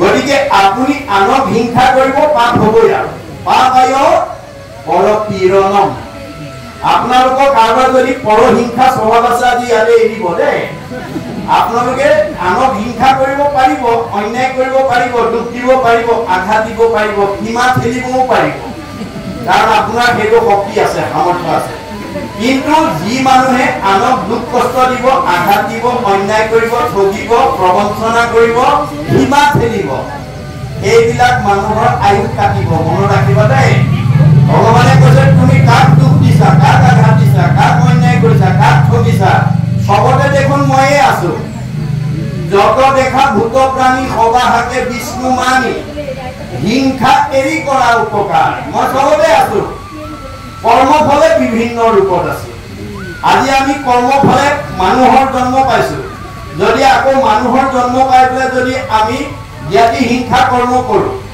অৰ্থাৎ সীমাঘৰীয়া মানুহক যদি অন্যায় কৰো সমাজক যদি কাৰোবাক দুখ কষ্ট দিওঁ শাহুৱেকে বোৱাৰীকে যদি কাজিয়া কৰি থাকে ককাই ভাই মাজত যদি কাজিয়া কৰি থাকে তেতিয়াহ'লে ভগৱন্তৰ বৈকুণ্ঠৰ পৰা চাই হাঁহি থাকে তোমালোকক মানুহৰ জন্ম দিছিলো মিলা প্ৰীতিয়ে থাকিবলৈ মৰম চেনেহত থাকিবলৈ একতাৰ দোলেৰে বান্ধ খাই থাকিবৰ কাৰণে তোমালোকে জ্ঞাতি হিংসা কৰা কুকুৰৰ দৰে কাজিয়া কৰি আছা এইবাৰ একেবাৰে জেগাত দি দিম যিমান কৰা কৰি থাকিবা কাজিয়া কৰা স্বভাৱ আছে যদি আজি ইয়াতে এৰিব দেই শাহু বোৱাৰীয়ে কাজিয়া কৰিব পাৰিব দুইজনী কুকুৰৰ জন্ম ল'ব লাগিব না ভুক্তম কিয়তে কৰ্ম কল্পকো তিষ্ঠতেয়পি অৱশ্যমেব ভুক্তৈবম কিত কৰ্ম শুভা শুভম কৰ্মফলে লৈ যাব আপুনি বিচাৰিবই নালাগে যি মানুহে কাজিয়া কৰি থাকিব তাক কুকুৰৰ জন্ম দি দিব নেক্সট বছৰ নেক্সট জন্মত কুকুৰৰ জন্ম ল'ব মনত ৰাখিব কথা ভাগৰ শুনিবলৈ সেইকাৰণে আহিব লাগে যাতে মই 84 জুনি অতিবাহিত হৈ মানুহৰ জন্ম পাইছো মানুহৰ জন্মত ভাগৰ শুনি 7টা ষ্টেপ পাৰ হৈ বৈকুণ্ঠত যাব লাগিব ভাগৰ শুনাৰ লগে লগে 7টা ষ্টেপ পাৰ হৈ যাব আমাক কৈছে প্ৰথমে দহিব পাতিক ছয় কৰাইবে মহা পুণ্য অদ্ভুতয় মিলাইবে বিষয়ত বীৰকতি কৃষ্ণক পুৱাইবে প্ৰেম ভগতি উপজাইবে আতি বৈষ্ণৱ জ্ঞান মায়াকো দহিয়া কলৈ নিৰ্জান সত্যেন্দ্ৰময় পূৰ্ণানন্দ হৰি থৈবন্ত তেন্তে এৰে একে কৰি য'ৰ পৰা আহিছিলো এখন ঘৰত আমাক ৰাখি দিব আৰু ঘূৰি আহিব নালাগে ভাগৱত শুনিবলৈ কিয় আহিব লাগে জন্ম ৰহিত হ'বৰ কাৰণে ভাগৱত নুশুনা মানুহ অহা যোৱা কৰি থাকিব লাগে গতিকে অহা যোৱা কৰি থাকিলে পুনৰপি জনমম পুনৰপি মৰণম হৈ থাকিলে আপুনি কৰ্মফলে যি জুনিতেই জন্ম গ্ৰহণ নকৰক গৰ্ভৰ যান্ত্ৰণা আৰু মৃত্যুৰ ভয় এই দুটাই আমাক এৰা নিদিব সেইকাৰণে সকলো জীৱই মানুহৰ জন্ম পাবৰ কাৰণে যত্ন কৰি আছে মানুহৰ জন্ম পালেই আজিৰ দৰে ঈশ্বৰক ভক্তি কৰি পৰম গতি পাব পাৰে মানুহৰ জন্ম নোপোৱালৈকে ভক্তি কৰিব নোৱাৰে এই কথা আমি প্ৰত্যেকে উপলব্ধি কৰিব লাগিব আৰু আমাৰ উঠি অহা প্ৰজন্মক আমি এই আদৰ্শৰে আমি অনুপ্ৰাণিত কৰিব লাগিব আমি যাতে আমাৰ উঠি অহা ল'ৰা ছোৱালীখিনিক এই আধ্যাত্মিক আৰু নৈতিক শিক্ষা ভাগৱতৰ মাজেদি দিয়াৰ পৰিৱেশ আপোনালোকে সৃষ্টি কৰিব লাগিব প্ৰত্যেকখন ঘৰতে বছৰত এবাৰ হ'লেও এই ভাগৱত চৰ্চা আপোনালোকে কৰি যাওক মৰিও অমৰ হ'ব মনত ৰাখিব কথাটো আপোনাৰ গাঁওখনৰ এই আদৰ্শই আপোনাক চিৰ সজীৱ কৰি ৰাখিব আজি আমাৰ ভাগৱতে সেই দৰ্শন দিছে কৃষ্ণ বৈকুণ্ঠ প্ৰায়ণ হোৱাৰ লগে লগে আপোনাৰ দ্বাৰকা নগৰখন সাগৰত ডুব গ'ল কিন্তু ৰুক্মিণী মন্দিৰটো আজি কুকতি জিলিকি আছে আৰু সেই মন্দিৰটো সাগৰৰ মাজত চাই অহা ভকতো আমি লগ পাইছো কিন্তু আমাৰ ভাগৱতে কৈছে মহাপুৰুষে কৈছে বেদে কৈছে তুমি এতিয়া সাগৰৰ মাজত ৰুক্মিণী মন্দিৰ বিচাৰি ফুৰিলে নহব গণেশতোলা গাঁৱত জন্ম গ্ৰহণ কৰি তুমি গাঁওখনত ৰুক্মিণী মন্দিৰ এৰি থৈ যাব লাগিব আপুনি এইখন গাঁৱত জন্ম গ্ৰহণ কৰি গাঁওখনৰ কাৰণে সমাজখনৰ কাৰণে উঠি অহা প্ৰজন্মৰ কাৰণে অনুষ্ঠানৰ কাৰণে প্ৰতিষ্ঠানৰ কাৰণে কি ভাল অৱদান দি থৈ গৈছে গাঁৱত নামঘৰ বনাবলৈ মাটি নথকা অৱস্থাত কোনোবাই মাটি এবিঘা বা আধা বিঘা নামঘৰৰ কাৰণে দান দিছে নেকি বাৰু? ল'ৰা ছোৱালীবিলাক উঠি অহা ল'ৰা ছোৱালীবিলাকে অভাৱী ল'ৰা ছোৱালীবিলাকে অধ্যয়ন কৰি জ্ঞান লাভ কৰিব পৰাকৈ আপুনি ধনী মানুহ হৈ গাঁওখনত লাইব্ৰেৰী এটা বনাই দিছে নেকি বাৰু? কোনোবা চুবুৰীত কুঁৱা পানী বা পানীৰ অভাৱত আছে তাত আপুনি দমকল বা কুঁৱা এটা দিছে নেকি বাৰু? যদি এনেকুৱা আদৰ্শৰে আপুনি এই গণেশতলা গাঁৱত জন্মগ্ৰহণ কৰি কৰ্ম কৰি থৈ যায় তেতিয়াহ'লে আপুনি গুচি যোৱাৰ পিছতো জীয়াই থাকিব। আজি শংকৰ মাধৱ আমাৰ মাজত কায়িকভাৱে নাই, মহাত্মা গান্ধী নাই, বিষ্ণু ৰাভা নাই, জ্যোতিপ্ৰসাদ আগৰৱালাকে প্ৰমুখ্য কৰি মহান মহান লোকসকল আজি আমাৰ মাজত নাই, কিন্তু আজি আমি তেওঁলোকৰ সেই জন্মদিনৰ উপলক্ষে আমি উৎসৱ পাতি আছো, তেওঁলোকক আমি চিৰ সজীৱ কৰি ৰাখিছো। গতিকে আপোনালোকে গণেশতলা গাঁওখনত জন্মগ্ৰহণ কৰি এনেকুৱা আদৰ্শ এৰি থৈ যাওক যে মই জীয়াই থকালৈকে বছৰত এবাৰ হলেও ভাগৱত প্ৰথম স্কন্ধৰ পৰা দ্বাদশ স্কন্ধ পৰ্যন্ত শেষ নোহোৱা পৰ্যন্ত মই দৰকাৰ হলে 25 বছৰত ৰূপালী জয়ন্তী পাতিম, 50 বছৰ হলে সোণালী জয়ন্তী পাতিম, 60 বছৰ হলে হীৰক জয়ন্তী পাতিম, 72 বছৰ হলে মহাৰজত জয়ন্তী পাতিম আৰু 100 বছৰত মই শতবাৰ্ষিকী উদযাপন কৰিম। এই পৰিকল্পনাৰ সৈতে আপুনি যদি আদৰ্শ এৰি থৈ যায়, আপুনি গুচি যোৱাৰ পিছত আপোনাৰ ল'ৰা ছোৱালীয়ে ক'ব মোৰ দেউতাই প্ৰতি বছৰে এনেকৈ ভাগৱত পাতিছিল, আমিও পাতিম। এইটো আপোনাৰ চিৰসজীৱ হৈ যাব আৰু এই আদৰ্শই আপোনাৰ গাঁওখনত আপোনাক সজীৱ কৰি ৰাখিব। মনত ৰাখিব কথাটো, আমি মাত্ৰ সৎ কৰ্মৰ আদৰ্শ যাতে আমি দি থৈ যাব পাৰো। গতিকে পঢ়িলো হৰি স্মৰি কৰিলা জীৱনে কোনো ত্যাগ কহিয়া নাহানত জন্ম ভূত মহাভাগ, যে যিজনে হৰি স্মৰণ কৰি মৃত্যুক সাৱটি ল'ব লগা হ'ল সেইজনৰ বিষয়ে তুমি মোক কোৱা। বিষ্ণু বৈষ্ণৱৰ কিঞ্চিত একো নাহি ভেদ, দুইৰো কথা কৰে পাতকৰ স্কন্ধছে। আপোনালোকে গণেশতলা গাঁৱত যদি ৰাতিপুৱা শুই থকাৰ পৰা গধূলা পোৱালৈকে বন্ধু বান্ধৱ আলহী অতিথি ভকত বৈষ্ণৱৰ লগত ঈশ্বৰৰ কথা নাপাতি গাঁওখনৰ যদি এজন ভকতৰ কথা পাতে, এজন বৈষ্ণৱৰ কথা যদি পাতে, তেতিয়াহ'লেও আপোনালোকৰ পাপ নাশ হ'ব। মনত ৰাখিব, ভকত আৰু ভগৱন্ত অভিন্ন। ঈশ্বৰৰ কথা নকৈ যদি ভকতৰ কথা কয় আপোনাৰ পাপ নাশ হ'ব, আপুনি ঈশ্বৰৰ প্ৰিয় হ'ব। কাৰণ ভগৱন্তই নিজতকৈও ভকতক ভাল পায়। যাবৰ সময়ত উদ্ধৱক এই কথা কৈ থৈ গৈছে, ব্ৰহ্মা হৰ হলায়ুধ লক্ষ্মী প্ৰিয় জায়া। হেৰা উদ্ধৱ, মই ব্ৰহ্মাকো ভাল পাওঁ, দাদা বলভদ্ৰকো ভাল পাওঁ, শিৱকো ভাল পাওঁ। এওঁলোক তিনিজনতকৈ মোৰ ভাৰ্যা লক্ষীক মই বেছি ভাল পাওঁ। ব্ৰহ্মা হৰ হলায়ুধ লক্ষ্মী প্ৰিয় জায়া, মই লক্ষীক বেছি লক্ষীতকৈ পৰম সুন্দৰ মোৰ দেখা ইটো কায়া। মই নিজৰ ভাৰ্যাজনীতকৈ মোৰ নিজৰ দেহটো ভাল পাওঁ আৰু মোৰ নিজৰ দেহটোতকৈও সবাতো অধিক তুমি মোৰ প্ৰিয়তম, নাহি আন বান্ধৱ উদ্ধৱ তুমি খন। মই নিজৰ দেহটোতকৈও মই নিজৰ ভকতক ভাল পাওঁ। আমি ভগৱন্তক ভাল পাওঁ, ভগৱন্তই ভকতক ভাল পায়। সেই ভকতৰ যদি পদধূলি আপোনাৰ ঘৰত পৰে, সেই ভকতৰ যদি আশীৰ্বাদ লয়, আপোনাৰ মংগল নহব কিয়? এই কথা আমি উপলব্ধি কৰিব লাগিব।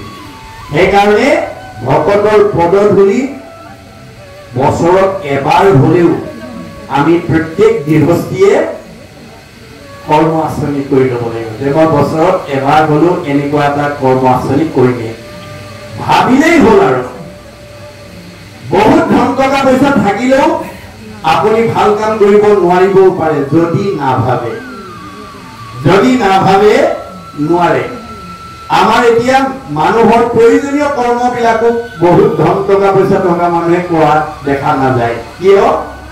আমাৰ ভাগৱতত কৈছে হৰি গুণ নাম শ্ৰৱণ কীৰ্তন ভজিও হৰি চৰণ মনুষ্য হুইবাৰো এহি মানে মাত্ৰ জানা নিজৰ প্ৰয়োজন। মাধৱদেৱে গুহাত এই কথা উল্লেখ কৰি থৈ গৈছে চাৰিমুঠি জীৱৰ ভিতৰত মানুহৰ বাদে ঈশ্বৰৰ ভক্তি কৰিব পৰা অধিকাৰ আনৰ হাতত নাই যে আপুনি মানুহৰ জন্ম পাই পুৱা গধূলি ধূপ এডাল জ্বলাই গা পা ধুই ঈশ্বৰ উপাসনা কৰাৰ ব্যৱস্থা এটা আপুনি কৰিছেনে নাই ঈশ্বৰে নকৰক মই গণেশতলা গাঁৱত কাৰোবাৰ ঘৰত গুৰুগৃহ বা উপাসনা স্থান নাই বুলি ভবা নাই কাৰোবাৰ ঘৰত যদি কিবা কাৰণত আজি তাৰিখলৈকে নাই অহা কালিৰ পৰা ঘৰৰ ভিতৰতে অকমান আছুতীয়াকৈ আৰবে কৰি হলেও ঠগি এখনতে ঘোষা কীৰ্তন বা গুণমালা এখন থৈ হলেও আমি ল'ৰা ছোৱালী কেইটাক লৈ ধূপ ধূনা জ্বলাই ঈশ্বৰ উপাসনা কৰিব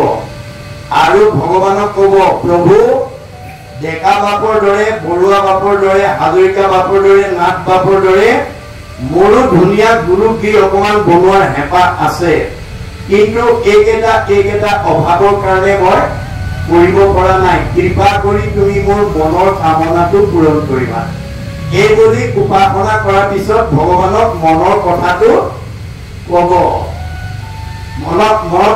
মনৰ কথাটো তেওঁক জনাব দেই গতিকে ভগৱন্তে কম সময়ৰ ভিতৰতে যাদৃশী ভাৱনা দৃশ্য সিদ্ধি ভৱতি তাদৃশী খুব কম সময়ৰ ভিতৰতে আপোনাৰ সেই অভাৱটোৰ পৰা আপোনাক মুক্ত কৰি দিব কিন্তু জনাব লাগিব দেই ভগৱন্ত কল্পতৰু বৃক্ষ বুলি কৈছে ভাগৱত কল্পতৰু বৃক্ষ ভকত কল্পতৰু বৃক্ষ পাৰিজাত কল্পতৰু বৃক্ষ বুলি কৈছে কিন্তু কল্পতৰু বৃক্ষৰ এটা বৈশিষ্ট্য আছে কল্পতৰু বৃক্ষ যদি সবাটো সমান মাগন্তা জনক মাত্ৰ দেই ফলদান ভগৱন্তই সব দিব পৰা অধিকাৰ আছে যদিও আপোনাৰ হৃদয়তে অৱস্থান কৰি আছে যদিও আপুনি যদি তেওঁক নিজৰ প্ৰয়োজনীয় কথাটো নজনাই উপজাচি আপোনাৰ মনৰ কামনা পূৰণ নকৰে মনত ৰাখিব কথা এয়া ভগৱন্তৰ বৈশিষ্ট্য এয়া কল্পতৰু বৃক্ষৰ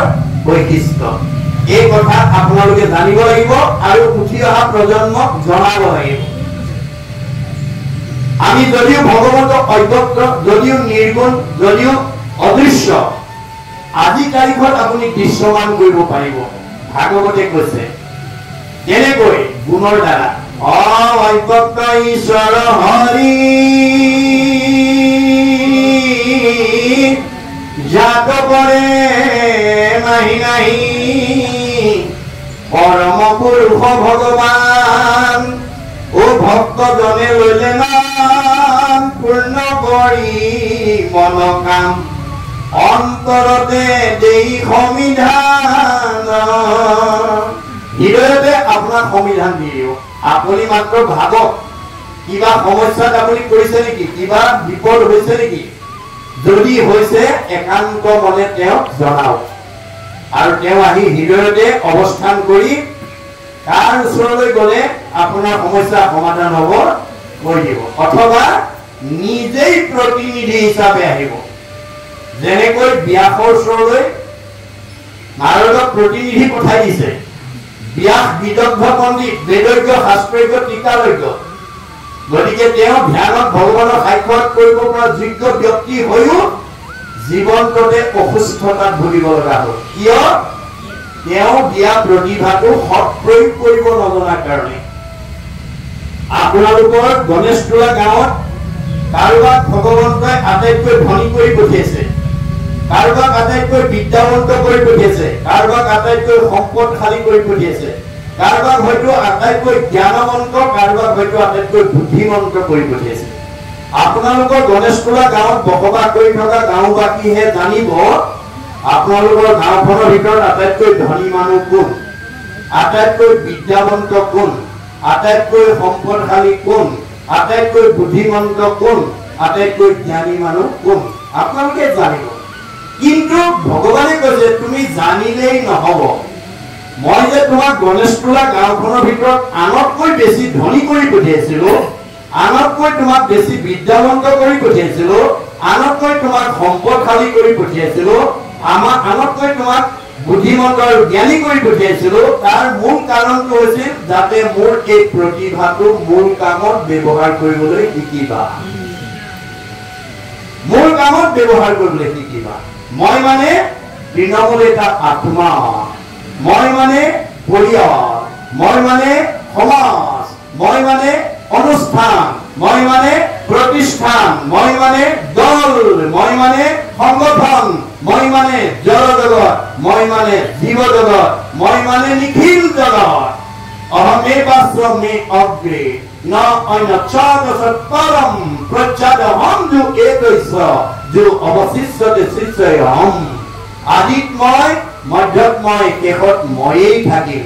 তুমি দেখা জগতখন মিছা, জগত মিথ্যা, ব্ৰহ্ম সত্য, ব্ৰহ্মহে সঁচা। ব্ৰহ্ম কি?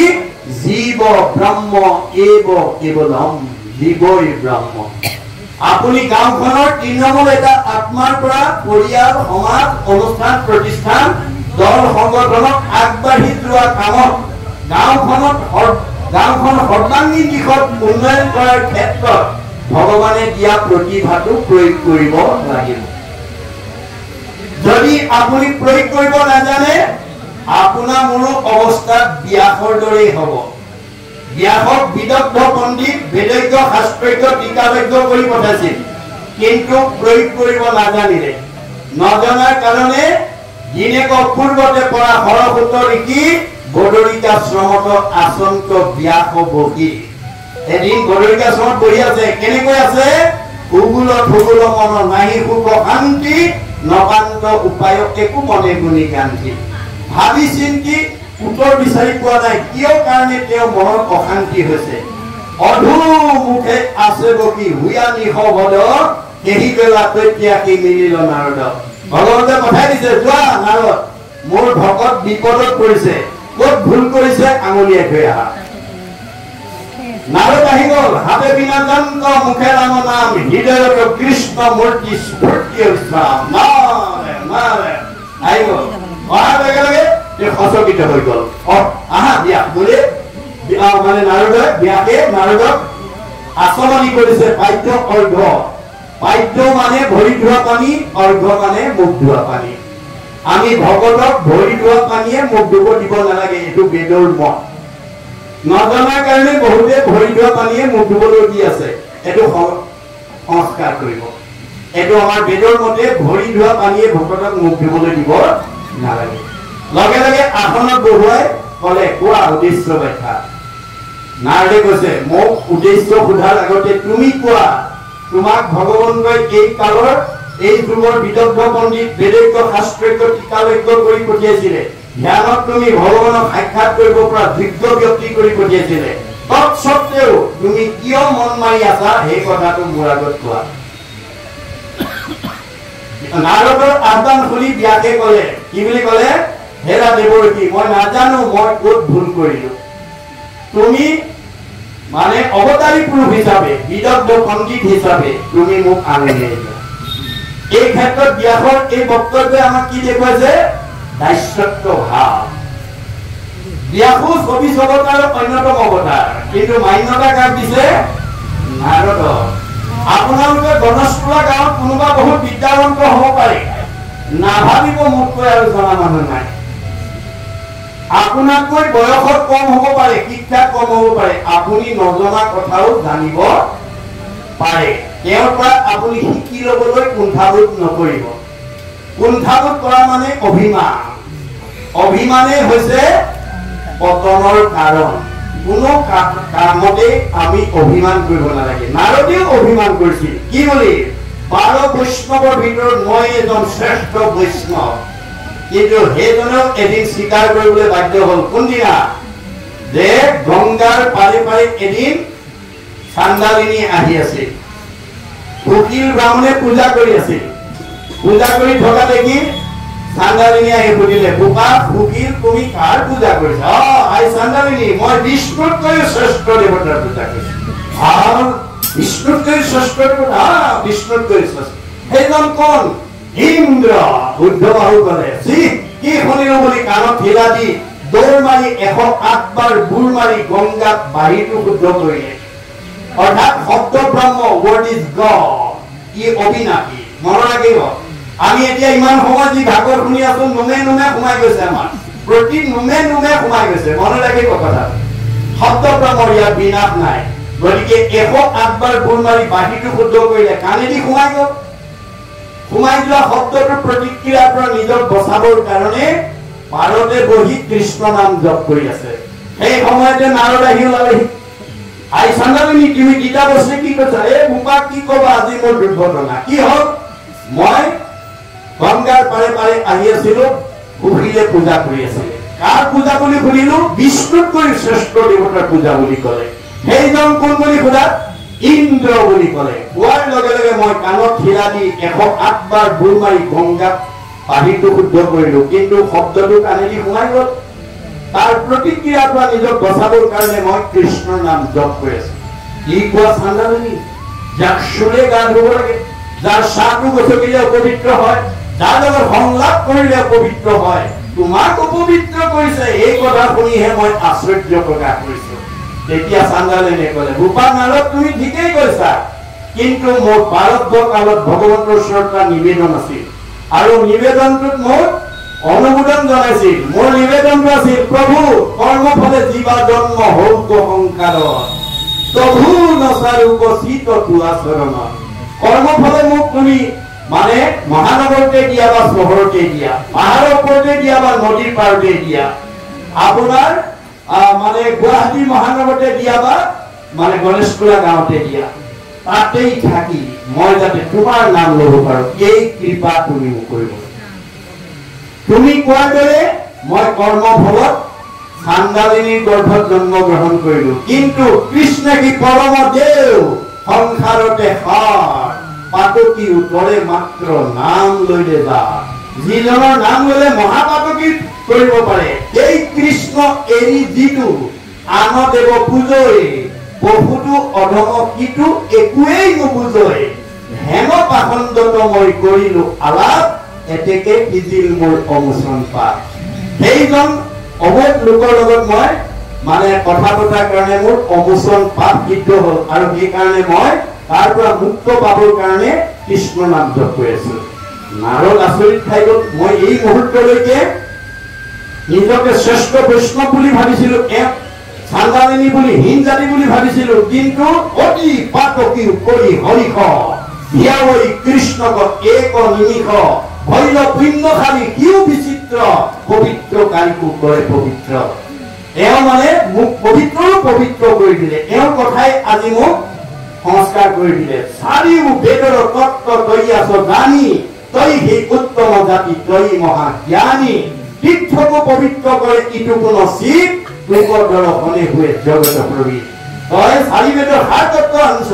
তোক দৰ্শন কৰিলেও জগতৰ পবিত্ৰতা আহিব গতিকে নিজকে তেওঁ সংস্কাৰ কৰি লয় তেওঁ সেই মুহূৰ্তলৈকে শ্ৰেষ্ঠ বৈষ্ণৱ বুলি ভাবি আছে কিন্তু তেওঁৰ বক্তব্যই নাৰদকো সংস্কাৰ কৰি দিলে এয়া ভাগৱতৰ মত এয়া বেদৰ অভিমত গতিকে আমি ভাবিব নালাগে মোতকৈ জনা মানুহ নাই হয় নাই আপুনি যিদিনাই অহংকাৰ আহিব সেইদিনাই আপোনাৰ জীৱনলৈ পতন আহিব আপুনি মানুহ কোন ভগৱন্তৰ বাহন গৰুৰ পক্ষীয়ে এদিন নিজকে বলৱান প্ৰাণী বুলি ভাবিছিল মোৰ সমান বলৱান প্ৰাণী পৃথিৱীত আৰু দ্বিতীয় এটা নাই মোৰ পিঠিত নুঠিলে ভগৱন্ত এখোজো কলৈকো যাব নোৱাৰে ভগৱন্ত সকলোৰে হৃদয়তে আছে গৰুৰ পক্ষীৰ সেই ভাতটো অহাৰ লগে লগে ভগৱানে ভাবিলে এইটো অহংকাৰ হৈ গ'ল এতিয়া ইয়াৰ অহংকাৰটো যদি মই খৰ্ব কৰি নিদিওঁ মানে সংস্কাৰ কৰি নিদিওঁ এই অহংকাৰে এদিন তেওঁক সমাজৰ পৰা আঁতৰাই লৈ গুচি যাব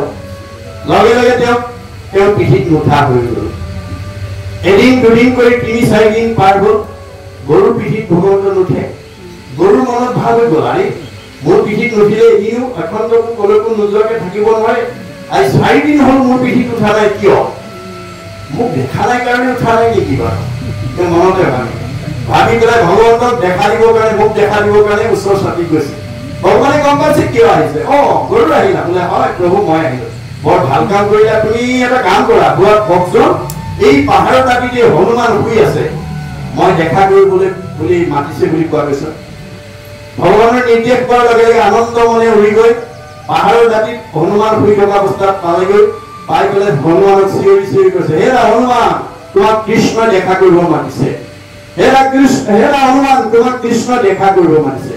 এবাৰ দুবাৰ নহয়, ৩-৪বাৰ চিঞৰি চিঞৰি ক'লে। হনুমানে চকুৱে নেমেলিলে, মূৰে নাদাঙিলে। উপায়ন্তৰ হৈ উভতি আহি প্ৰভুৰ ওচৰ পালে। আহিলা বোলে? হয় আহিলো। লগ পালা বোলে? পালো। ক'লানে বোলে? ক'লো। কি ক'লে? প্ৰভু এবাৰ নহয়, দুবাৰ নহয়, ৩-৪বাৰ তুমি দেখা কৰিবৰ কাৰণে মাতিছে বুলি চিঞৰি চিঞৰি ক'লো। হনুমানে চকু নেমেলিলে, মূৰে নাদাঙিলে। অ হয় নেকি? হয়। এটা কাম কৰা, তুমি এইবাৰ গৈ কোৱাগৈ প্ৰভু ৰামচন্দ্ৰই তোমাক দেখা কৰিবৰ কাৰণে মাতিছে। কাৰণে হনুমান ৰাম ভক্তহে কৃষ্ণক চিনি নাপায়।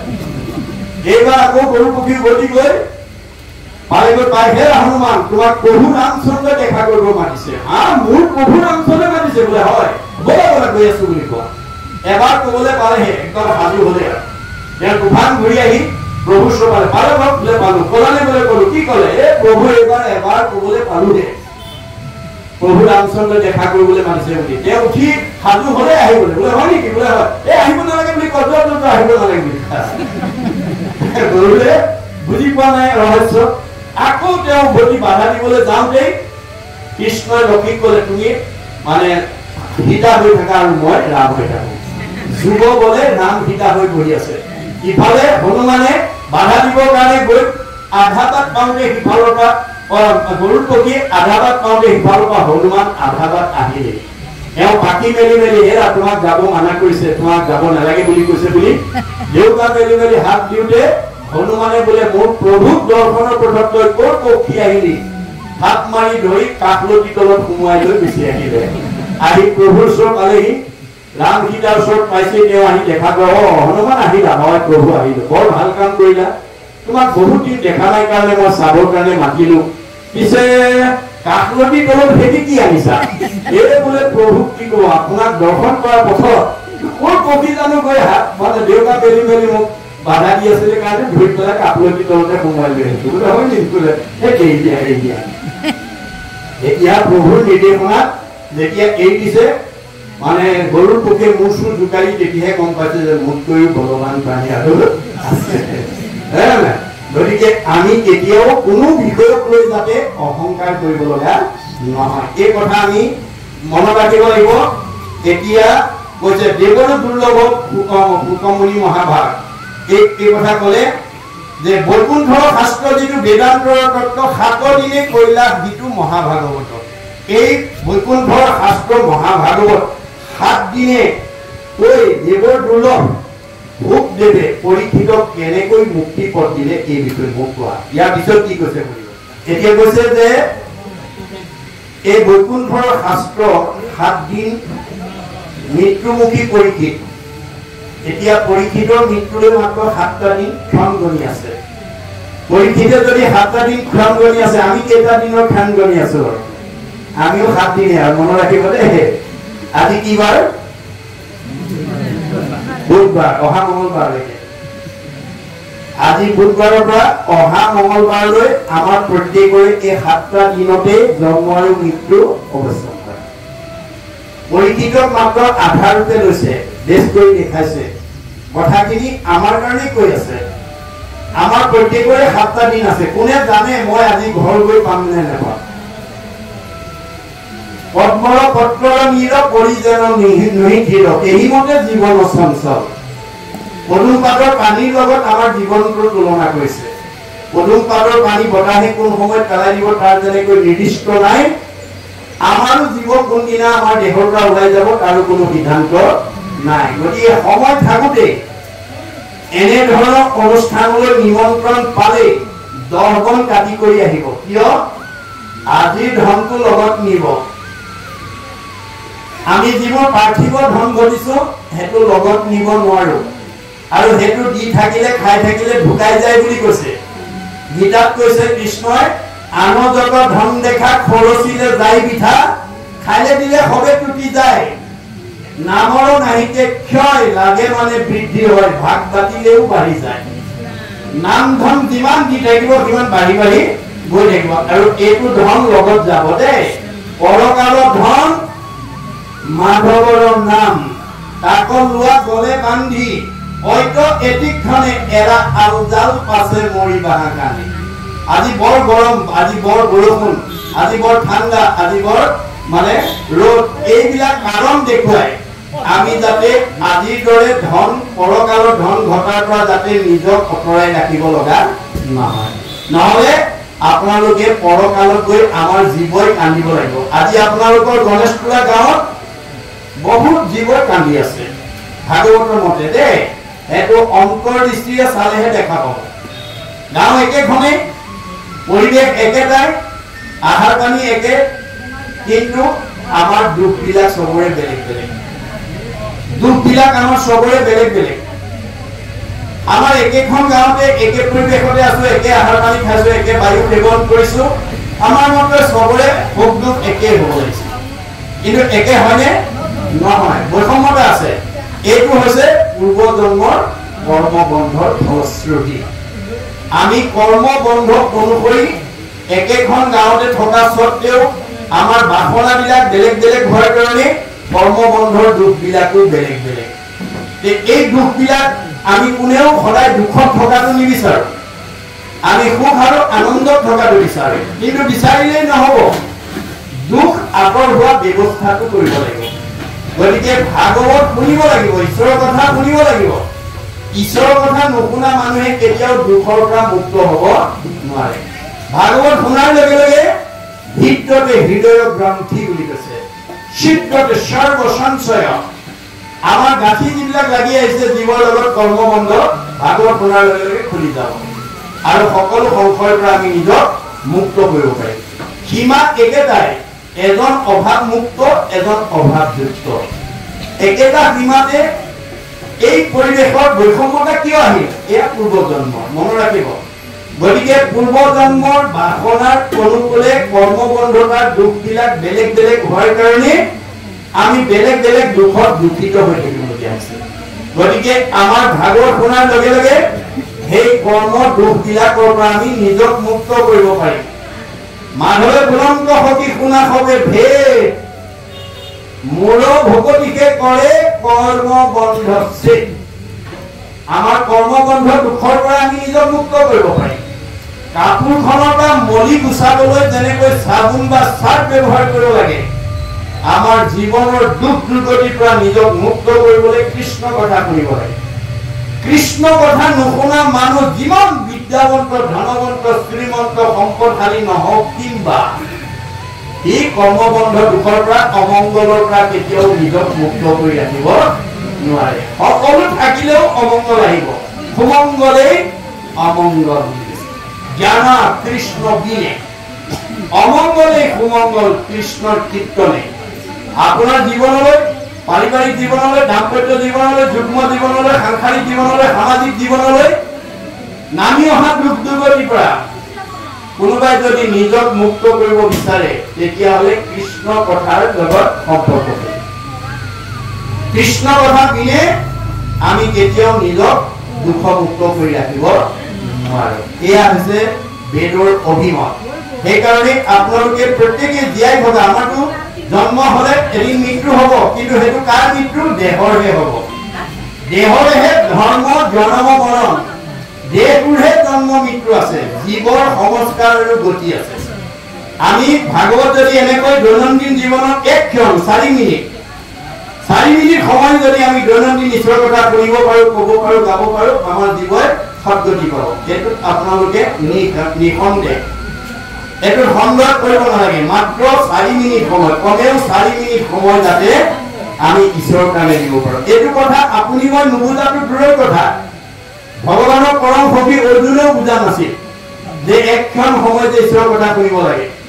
সেইকাৰণে অৰ্জুনক সংস্কাৰ কৰাৰ মাধ্যমেৰে এদিন তাৎক্ষণিকভাৱে কৰ্ম আচৰণ যুগুত কৰি আমাৰ জীৱশ্ৰেষ্ঠ মানুহক সংস্কাৰ কৰাৰ উদ্দেশ্যে অৰ্জুনক প্ৰশ্ন কৰিলে, কথা প্ৰভু, তুমি সঁচা কঠীয়া গাঁও দেখিছানে কেতিয়াবা? বোলে সঁচা কঠীয়া গাঁও আছে নেকি? আছে তো নাকো। তুমি দেখিছানে নাই? বোলে দেখা নাই। চাব খোজা নেকি? বোলে চাব খোজো। উঠা, ৰথত উঠা। অৰ্জুনক সংস্কাৰ কৰাৰ উদ্দেশ্যে তাৎক্ষণিকভাৱে কৰ্মাচলি যুগুত কৰি ৰথত তুলি লৈ সঁচা কঠীয়া গাঁও দেখুৱাবৰ কাৰণে তীব্ৰ বেগেৰে ৰথ এৰি দিছে। কিছু দূৰ যোৱাৰ পিছতে সঁচা কঠীয়া গাঁৱৰ পৰা এজন আগৰ বুঢ়াই হাতত লাখুটি লৈ ভৰকে আহি আছে। কৃষ্ণ ক'লে সখা সেই বৃদ্ধগৰাকী দেখিছা বোলে অ দেখিছো সেইগৰাকীয়ে সঁচা কঠীয়া গাঁৱৰ আচল বৃদ্ধ ইমান বুঢ়া বয়সত হাতত লাখুটি লৈ ঠক ঠক তেওঁ কোনফালে আহিছে তুমি সুধিবা বোলে ওচৰ পালে ৰথ ৰাখি দিবা মই ৰাখি দিম বুঢ়াৰ ওচৰত পোৱাৰ লগে লগে ৰথ ৰাখি দিলে ৰথ ৰখাৰ লগে লগে অৰ্জুনক ক'লে সোধাচোন তেওঁ ইমান বুঢ়া কালত কৈছে অ ককা বোলে ভূপা তুমি ইমান বুঢ়া বয়সত হাতত লাখুটি লৈ ঠক ঠক কৰি কোনফালে যোৱা এই ভূপা মই সাধুৰ সংগলৈ যাওঁ সাধুৰ সংগলৈ বোলে হয় কৃষ্ণই কৈছে বয়স কিমান হৈছে সোধাচোন ককা আপোনাৰ বয়স কিমান হৈছে এই ভূপা সঁচা কথা ক'বলৈ গ'লে মোৰ বয়স মাত্ৰ 5 বছৰ অৰ্জুনে ৰথৰ ওপৰত জঁপিয়াই উঠিলে হেৰা ককা এইজনে নেকি সঁচা কঠীয়া গাঁৱৰ আচল বুঢ়া দেখোঁতে শীতল পিঠিতে কাইট দেখাতে 80-85 বছৰৰ বুঢ়া আৰু এওঁ মাত্ৰ 5 বছৰ বুলি কৈছে আৰু সেইজনকে তুমি সঁচা কঠীয়া গাঁৱৰ আচল বৃদ্ধ বুলি স্বীকৃতি দিছা ভিতৰ খুকাই কি ক'ব আৰু মোক দেখুৱাব নালাগে ইয়াৰ পৰা ৰথখন তেতিয়া কৃষ্ণই হাঁহি মাৰি ক'লে ৰ'বা কিয় তেনেকে ক'লে সোধাচোন ককা অকমান ৰ'বচোন ভূপা কি হ'ল বোলে মোৰ সংশয় হৈছে কি সংশয় তোমাক দেখাত 80-85 বছৰ বুঢ়া যেন লাগিছে তুমি মাত্ৰ 5 বছৰ বুলি ভূপা ৰহস্য আছে ৰহস্য বোলে হয় ভেদ কৰা হওকচোন তুমি ভবাৰ দৰে মোৰ জন্মগত বয়স 85 বছৰ সঁচা কিন্তু বেদত কৈছে ভগৱানে কৈছে শাস্ত্ৰত কৈছে একক্ষণ মানে যিটো শুনে কৃষ্ণ কথা তাৰ বিনে আনৰ জীৱন যাই বৃথা গতিকে মই জীৱনত 80টা বছৰ ঈশ্বৰৰ শৰণ নোলোৱাকৈ সাধুৰ সংগত গৈ কৃষ্ণ কথা নুশুনাকে পৰিয়াল পোহপাল দিবৰ কাৰণে ইন্দ্ৰিয় সুখ ভোগৰ কাৰণে মই কৰ্মত ব্যস্ত থাকিলো গতিকে মোৰ কৃষ্ণ কথা শুনাও নহ'ল আৰু শৰণ গ্ৰহণ কৰা নহ'ল গতিকে মোৰ এই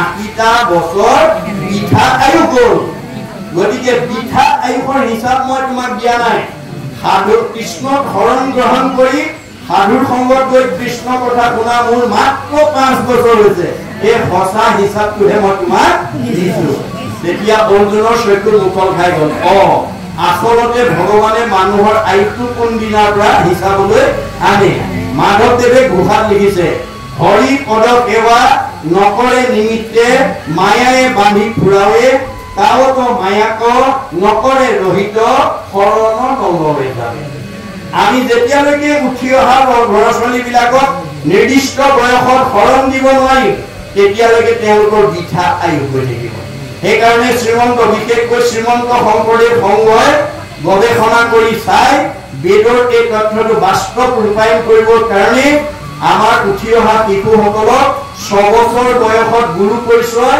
আৰু 12 বছৰ বয়সত শৰণ দিয়াৰ পৰিকল্পনা কৰিছে এতিয়া আমাৰ বহুত পিতৃ মাতৃ এটা ভুল ধাৰণা আছে এই ইমান 12 বছৰ সৰু ল'ৰাটোক ছোৱালীজনীক শৰণ দিলে তেওঁলোকে পালন কৰিব পাৰিব জানো এইটো আপোনাৰ মতহে এইটো আপুনিহে ভাবিছে বেদেটো কোৱা নাই বেদে কৈছে হেন জানি শিশু হ'ব এৰা আন কৰ্ম হৰিও কুমাৰ কালে ভাগৱত ধৰ্ম আমি সৰুৰ পৰা ল'ৰা ছোৱালীক ভাগৱত ধৰ্ম ভক্তি ধৰ্ম শিক্ষা দিব লাগিব তেতিয়াহে তেওঁলোক ভাল হ'ব গতিকে এই সংকীৰ্ণতা ভাৱটো ত্যাগ কৰিব লাগিব আমাৰ এতিয়া বহুত ব্যস্তিগত বোৱাৰীজনীক শৰণ নিদিলে সৰু শাহুৱে তেওঁ হাতে নাখায় কাৰণে শৰণটো দিয়াই কিন্তু ভজন ল'বলৈ ভয় কৰে কেলে মানে শৰণ লওঁতে ইমান নিয়ম নীতি ভজন ল'লেতো আৰু নিয়ম নীতি মানিব লাগিব সেইকাৰণে দাৰ্শনিক পণ্ডিত এজনে কৈছে মানুহৰ আটাইতকৈ ডাঙৰ ভয় হ'ল ভাল মানুহ হ'বলৈ মানুহে ভয় কৰে কিয় শৰণ ভজন ল'লে বেয়া নিয়ম বেয়া চিন্তা বেয়া কৰ্ম বেয়া ভাৱ বেয়া খাদ্য বেয়াবোৰ ত্যাগ কৰিব লাগিব বেয়াবোৰ ত্যাগ কৰিলে ভাল হৈ যায় ভাল হোৱাৰ ভয়তে শৰণ ভজন ল'বলৈ ভয় কৰে কাৰোবাৰ হেতু ভয় আছে যদি এৰিব দেই আপুনি ভজন নোলোৱাকৈ ইয়াতে ভোগ ভোগ কৰি যাব পাৰিব কিন্তু অহা যোৱা কৰি থাকিব লাগিব তিনিটা লেয়াৰৰ ভিতৰত ট্ৰপোস্ফিয়াৰ টেট্ৰোস্ফিয়াৰ আইনোস্ফিয়াৰ এই মধ্যাকৰ্ষণৰ শক্তিৰ ভিতৰতে আপুনি অহা যোৱা কৰি থাকিব লাগিব আপুনি এই তিনিটা লেয়াৰ ভেদ কৰি কেতিয়াও বৈকুণ্ঠলৈ যাব নোৱাৰিব এই কথা বেদে সিদ্ধান্ত কৰিছে